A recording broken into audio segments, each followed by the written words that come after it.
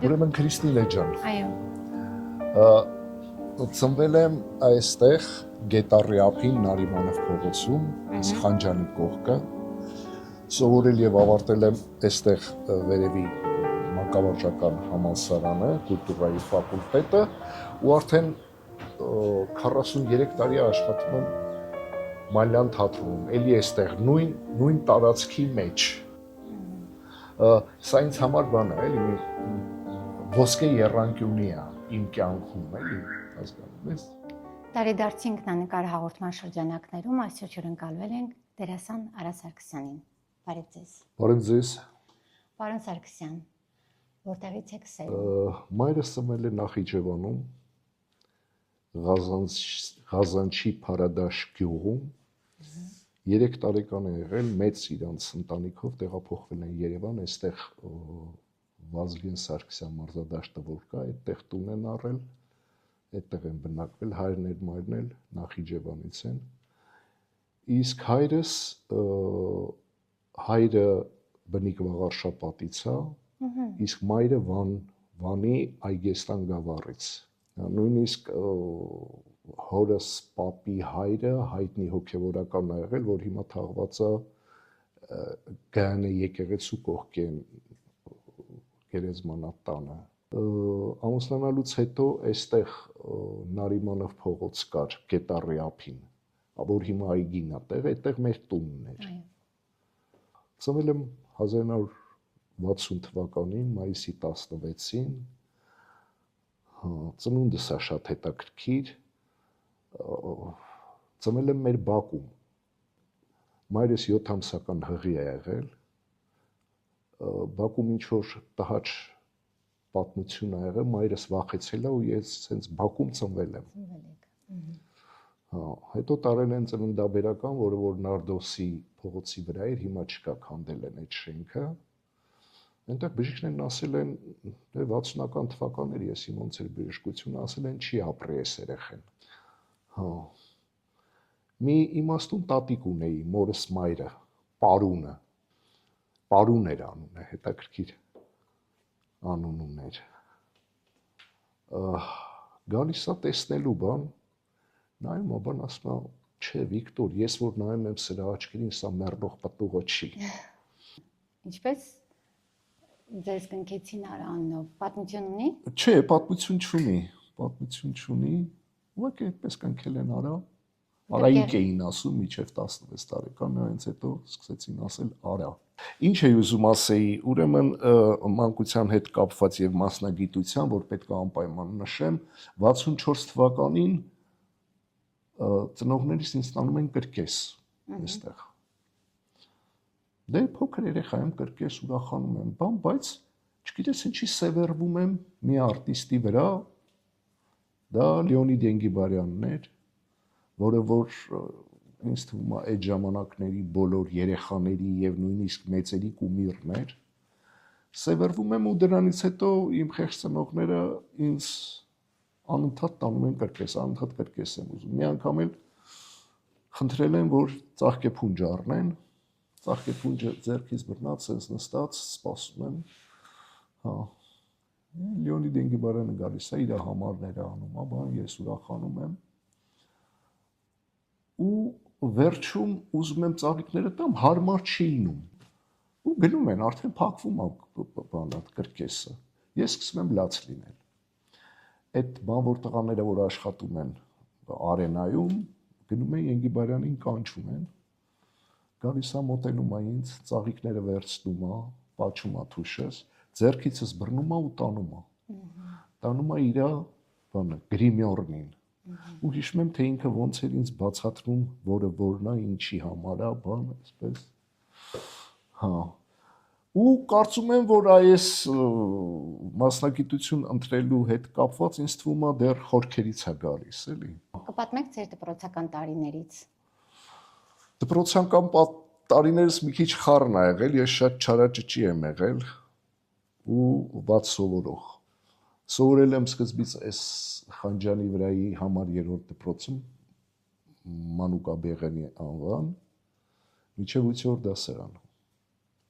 Հետո ինձ վատ սովորելու եւ չարաճության համար հեռացրեցին դպրոցից։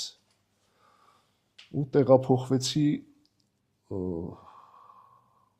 Սիլաչիում Սիմակ Սահակյանի անվան դպրոց կա։ Այդտեղ եւ այդ դպրոցը ավարտեցի վերջապես։ Ավարտելուց հետո գործերս տվեցի Թատերական ինստիտուտ դերասանական բաժինը ու չանցա Եվ չհուսահատվեցիք։ Չէ, չեմ հուսահատվել, որովհետև դպրոցը ավարտելուց 6 տարի հետո նոր ես ընդունվել եմ։ 6 տարի 4 անգամ փորձել եմ, հա։ Ես մի հրաշալի քեռի ունեի Արշավիր Ղևոնդյան, որ իր բոլոր քույրերի եղբոր երեխեքի մեջքին միշտ կանգնած էր, մի հրաշալի քեռի էր։ Գիտեր, որ սիրում եմ այս ասպարեզը, ինքն էլ ինձ բալետ էր անում։ Դասավորեցին, գնացի հեռուստատեսություն, հեռուստաթատրոն։ Այն ժամանակ, որ ներկայացումներ էր ունենում, հեռուստաթատրոններ, դրամատիկ հաղորդումների գլխավոր խմբագրություն, եւ իրան զուգահեռ կողքը ուներ հեռուստաթատրոն, հայտնի հեռուստաթատրոնը։ Հա։ Գնացի այնտեղ աշխատել 17 տարեկան երեխա էի, գնացի որպես պոմրեժ, ռեժիսորի օգնական։ Հա, ես մի հրաշալի մարդկանցով շրջապատված էի, դա իմ ամենալավ դպրոցն էր կյանքի, էլի։ Թեկուզ ես ձեզ ասեմ, որ մեր փողոցն էլ է մեծ դեր խաղացել իմ հասունացման եւ աշխարհայացքի վրա, որովհետև ես միշտ մեր փողոցը Ռասիայից սկսած մինչև Վազգեն Սարգսյան մարզադաշտ այդ առաջին Նարիմանով եւ երկրորդ Նարիմանով Գետառի ափով։ Հա։ Հետաքրքիր մարդիկ էին ապրում շատ։ Օրինակ ասենք, օրենքով գողը ապրում էր պրոֆեսորի հետ կողքի հարևաններ էին։ Եվ լավ հարևաններ էին։ Լավ հարևաններ էին, հա։ Այնտեղ բանվորը, ինժեները, գործարարը, էլի գողը, ամբարոյականը, բոլորը միասին էին ապրում, էլի։ Ու այդ ամեն ինչի մեջ մենք էինք, էլի, երեխա, սենց, այդ մեր սեփական տները իրար կապած, այդ հետաքրքիր շատ մանկություն է, այդ մի հետաքրքիր փողոց էր, իսկ միշտ ինձ հիշեցնում է նեոռեալիզմի շրջանի իտալական կինոյում, էլի։ Տիպիկ, հա։ Այո։ Եվ այնտեղից կերպարներ շատ եք վերցրել։ Դե այդ կերպարները մեջս կան։ Այո։ Մեջս կան, իհարկե։ Ինձ շատ են օգնել կյանքում։ Ինչ եմ ուզում ասել, որ հեռուստատեսություն, դրամատիկ հաղորդումների գլխավոր խմբագրություն այդպիսի մարդիկ էին այն ժամանակ աշխատում, ու մենք էլ իրանց կողքը նայում էինք այդ ամիջը։ Կարլեն Վարժապետյանն էր մի հրաշալի ռեժիսոր, դրամատիկ հաղորդումների գլխավոր խմբագրության գլխավոր ռեժիսորն էր։ Արտաշես Քալանթարյանը, որը որ գլխավոր խմբագիրն էր, Հերբերտ Գասպարյանը, հա, Կիմ Արզումանյանը, որի ամիջական պոմրեժը ես էի, նրանց էլ էի օգնում, բայց հիմնականում այդտեղ էի, Գրիգոր Տալյանը, Տեր Գյուրեղը, որ հետո նա էլ էր ռեժիսոր մասնագիտությամբ, Տատինցյան Գրիշան, Տատինցյանի մայրը, Գրիշայի մայրը, Գարիկ Ղազարյանը, ինչու՞մն էր բանը, որ մարդիկ, որոնք որ անընդհատ սովորացնում էին, անընդհատ ստեղծագործական շատ հետաքրքիր էր աշխատում այդ խմբագրությունը, այսինքն բոլոր խմբագրությունները իհարկե հեռուստատեսության մեղվի փեթակի պես աշխատում էին, ու չտեսնել դա եւ չփորձել սովորել այդ ամեն ինչը, թե մարդկային առումով, թե ստեղծագործական, թե շփման առումով, չգիտեմ, տիկույդ լինեիր, էլի, որ չկարողանայիր դա բանանել, դաստիարակվել դրանով։ Ձեր կրթությունը ավելի շատ այդտեղից ստացաք, թե հետագայում նաև ինստիտուտ։ Այդ ամեն ինչը էլի եմ ասում, փողոցից սկսած այդ կրթությունն եղել է։ Այդ կրթությունն եղել է, հետո հերոստատեսությունը, հետո արդեն իհարկե ինստիտուտ, Հենրիկ Մանյանի դասարանը, Հենրիկ Մանյանի պես վարպետ ունենալը, եւ նաեւ ես ձեզ ասեմ, որ մեր ֆակուլտետը, մանկավարժական ինստիտուտի կուլտուրայի ֆակուլտետը այնպիսի մարդիկ էին դասավանդում, Ֆրունզե Դովլաթյան, Ալբերտ Մկրտչյան, Մանարյանը, կինոռեժիսոր Արման։ Հա, Երզնկյանը, իսկ Մալյանի հետ ֆանտաստիկ մարդ էր Մալյանը, մեծ մանկավարժ էր, մեծ հոգեբան, մեծ կինոռեժիսոր, մեծ թատրոնի ռեժիսոր, հրաշալի ճանաչում էր մարդուն, մի անգամ այսպես նայեր, կամ սենց ձեռքը բռներ, մի անգամից ճանաչում էր մարդուն, ու հետաքրքիր էր իր հետ կուրսում աշխատելը, երբ որ ինքը խնդիր էր տալիս, ինքը գիտեր ում ինչ խնդիր է տալիս, ով կարող է դա անի, ով կհամապատասխանի դրան, թե չի համապատասխանի, հա,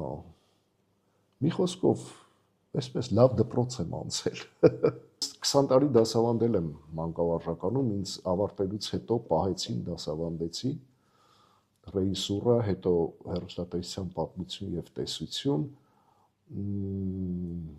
միշտ ուսանողներիս ասում էի, առաջի հերթին ուսանողներիս հետ հանդիպմանը հարցնում էի, որտեղից են գալիս, այ ակունքները դուք որ ասեցիք, ակունքները, հետո արդեն ստեղծագործը ասում էի շատ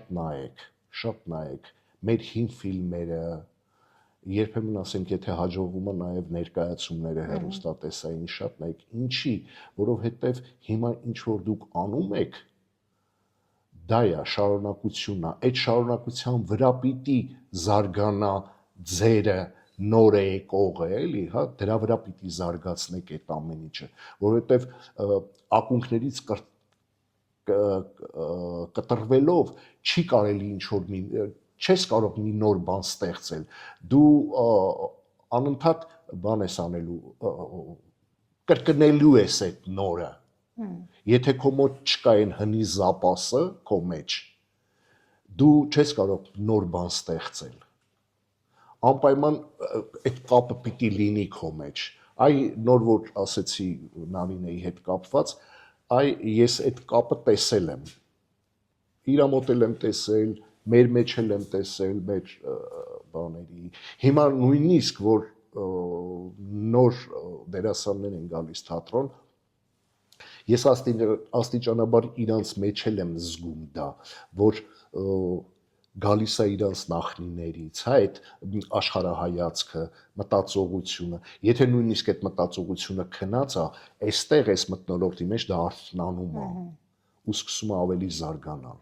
Պարոն Սարգսյան, սիրում եք ձեր տարեդարձը, ձեր տարեդարձներից ամենահիշարժան օրվա պատմությունը մեզ այսօր կներկայացնեք։ Դե գիտեք, քանի որ պատմեցի, որ ծնունդս այդպես հիշարժան է, հա, ոնց եմ ծնվել, հա, մնացած ծնունդները սենց որ փորձում եմ հիշել, սովորական, իհարկե ուրախանում եմ ծննդյանս օրը, ընկնում եմ հիշողությունների մեջ, ասենք ես հին տներում ուրիշ ձևի էր այդ ծնունդը, այս նոր որ ստացանք 80 թվականին այդ տունը, ինչպես էր։ Ուրախ, միշտ ուրախ է անցել, միշտ լավ եմ զգացել ինձ, միշտ ընկերների շրջապատում, այս վերջին տարիներին նույնիսկ ընկերներ ունեմ, որ ինձ փախցնում տանում էին, ու ծնունդս նշում էինք, ասենք, դրսում, 17 թվականին հյուրախաղերի էինք Ամերիկայում Mea Culpa-ով, մանկության մի հատ լավ ընկեր ունեմ, գիտեի, որ ինքը այնտեղ ապրում, Լաս Վեգասում ապրում, ինքը եկավ ինձ գողացավ, տարավ, ծնունդս այնտեղ նշեցի, թատրոնով, որ թվականներ, 93 թվականներ,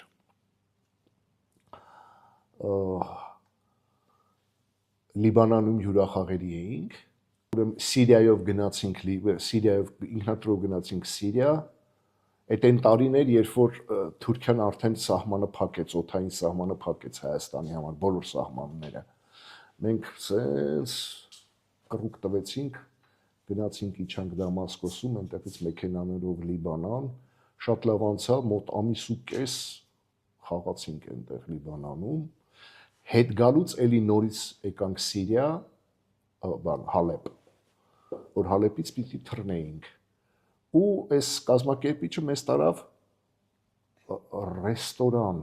ու դե հիմա ոչ մեկ չգիտի բան, մեկ էլ սա իմացա, որ մեր ծնունդն է, այսինքն իմ ծնունդն էր այդ օրը 16 մայիսի եւ Գևորգյան Աշոտի, գիտեք ճանաչում եք Գևորգյան Աշոտի, իր ծնունդն է այդ օրը։ Մի քեֆ սկսվեց։ Մեր բախտից էլ Կարոն ջութակահար, այնտեղ էր, նվագում էր։ Մի քեֆ սկսեց, մի ուրախություն։ Էլի տենց շատ լավ անցկացրեցինք, շատ։ Հիմա ես որ սենց անցնում եմ այդ ամեն ինչի միջով, ես զգում եմ, որ ոչ միայն ծնունդը, նաև ես այնքան միշտ լավ մարդկանցով եմ շրջապատված եղել, որ դա բախտավորություն է իմ համար։ Պարոն Սարգսյան, ինչ շրջադարձային պատմություններ են եղել ձեր կյանքում, որ փոխել են ձեր կյանքի ընթացքը։ Նու շրջադարձային չէի ասի, երևի ժամանակի հետ կապված մի շրջան եկավ 92 թվականից հետո, որ պետությունը արդեն սկսեց չֆինանսավորել եւ այդ լուսումութի տարիներին այդ բանի մենք մնացինք առանց աշխատանքի, բայց թատրոնից չհեռացանք։ Այդ ընթացքում հետաքրքիր էր, որ շատ դրսից էինք հրավերներ ստանում, հետաքրքիր է։ Թատրոնը չէր աշխատում, աշխատավարձ չէր ստանում, դրսից էին ավելի շատ հրավիրում էլի մեզ միջազգային փառատոների, հյուրախաղերի։ Հետաքրքիր որ այդ արդեն կարծես թե կոտրվում էր այդ վիճակը, էլի եւ բանը Վարդան Պետրոսյանը թատրոնից մեզ մի քանի հոգու հրավիրեց իր ներկայացմանը 1700, այդպես էր կոչվում։ Այդ էր կարծես թե կոտրվեց այդ այստեղ հաճախ չաշխատելու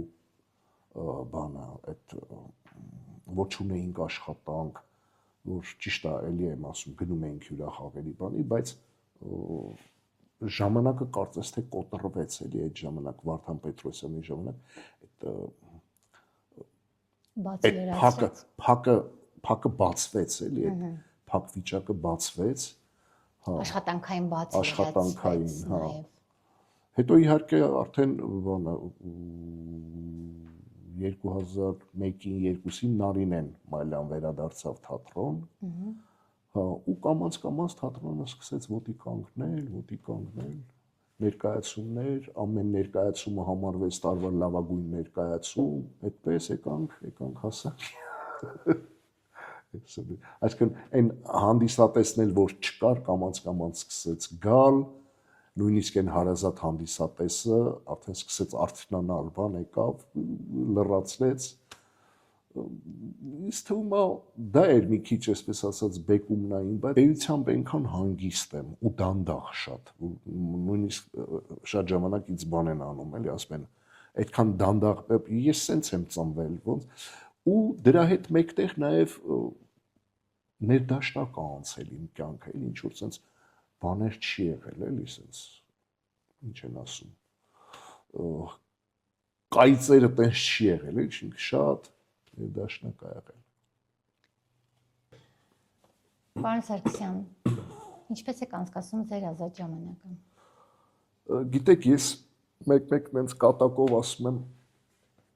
ես ընտանի կենդանի եմ։ Ինչ առումով, որ ես ճիշտ է շատ ընկերներ ունեմ, լավ շրջապատ, սիրելի ընկերներ, հարազատներ, այս կողմ ընտանիք, բայց ես շատ հաճախ գալիս եմ գործի գնում եմ տուն, Գործ չունեմ, մնում եմ տանը։ Ես սիրում եմ տանը անցկացնել։ Իմ հայրն էլ էր այդպես ճիշտն ասած, բայց ես սիրում եմ տունը, չգիտես, այդպես է եղել ի սկզբանե, տունը շատ եմ սիրել։ Կարդում եմ, բան Facebook-ում եմ, էլի կարդում եմ, Facebook-ում եմ կարդում, տարբեր բաներ։ Սիրում եմ տան գործեր անել։ Հա, հիմա իհարկե չեն թողնում, հարց ու տղաս։ Սիրում եմ ընկերներիս հետ ճանապարհորդել, գնալ, այս կողմ, այն կողմ։ Սիրում եմ բնությունը շատ։ Շատ եմ սիրում հող, ճիշտն ասած հիմա հնարավորություն չունեմ ձեռք բերելու հող, բայց շատ եմ սիրում հող։ Հողի վրա կանգնել, հողի հետ զբաղվել, ճիշտ է քաղաքացի եմ, երբեք չեմ զբաղվել տենց բաներով, բայց անընդհատ միշտ հողը ձգել է ինձ էլի։ Պարոն Սարգսյան, հնչեցնեմ վերջին հռետորական հարցը։ Խնդրեմ։ Ինչ եք կարծում, ինչ հետ կթողնեք հայ թատրոնի եւ կինոյի պատմության մեջ։ Ոյս ինչ հարց տվեցիք։ Գիտեք, մեկ երբեմն մտածում եմ, որ չգիտեմ ինչ հետքի մասին է խոսքը, քանի որ, ասենք, հանդիսատեսն է որոշողը դա։ Անշուշտ։ Հանդիսատեսը մասնագետներն են որոշող։ Իսկ որպեսզի ես ասեմ ինչ հետք թողնեմ, ես դեռևս process-ի մեջ եմ։ Ես դեռևս աշխատում եմ, process-ի մեջ եմ, կանգ չեմ առել, որ հետ նայեմ, ասեմ, թե ինչ հետք պիտի։ Իհարկե, այդ հետքերը կա, ասենք, եւ մասնագիտական գրականության մեջ, կա ֆիլմերով, կա այն ներկայացումները, որոնք որ նկարվել են, այսինքն որ ասենք սերունդները կտեսնեն, կասեն, այս կողմ են կողմ, բայց ամեն դեպքում այդ հետքը հանդիսատեսը պիտի ասի։ Ես ասեմ, ծառայել եմ, հավատարիմ եմ,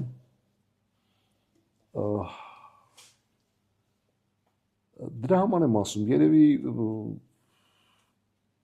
եկող սերունդները կտան այդ գնահատականը, էլի, ես հիմա չեմ կարող ասել։ Ամեն տարի լինում են եւ գեղարվեստական ֆիլմեր եւ սերիալներ։ Էլի Ռուսաստանի հետ կա այդպիսի պայմանավորվածություն կա Ֆրանսիայի հետ, առաջին հայկական հայ-ֆրանսիական սերիալի, հա, այսպես, միշտ զբաղված եմ եղել եւ ուրախ եմ դրանով, առավել եւս, որ Մալյան թատրոնի ղեկավարությունը այդ հնարավորությունը տալիս է ինձ, էլի, երբեք չի բանանում, հա, չի սահմանափակում, էլի։ Այնպես որ Քրիստինե ջան, լավ ծանրաբեռնված եմ, շարունակում եմ իմ սիրելի աշխատանքը, հոգեպես լավ եմ զգում ինձ, շատ, չի ասի կատարյալ, բայց ամեն դեպքում ակտիվ շատ էլի այդ շրջանում եմ, աշխատում եմ ու ամեն ինչ լավ կլինի։ Վստահ ենք։ Վստահ։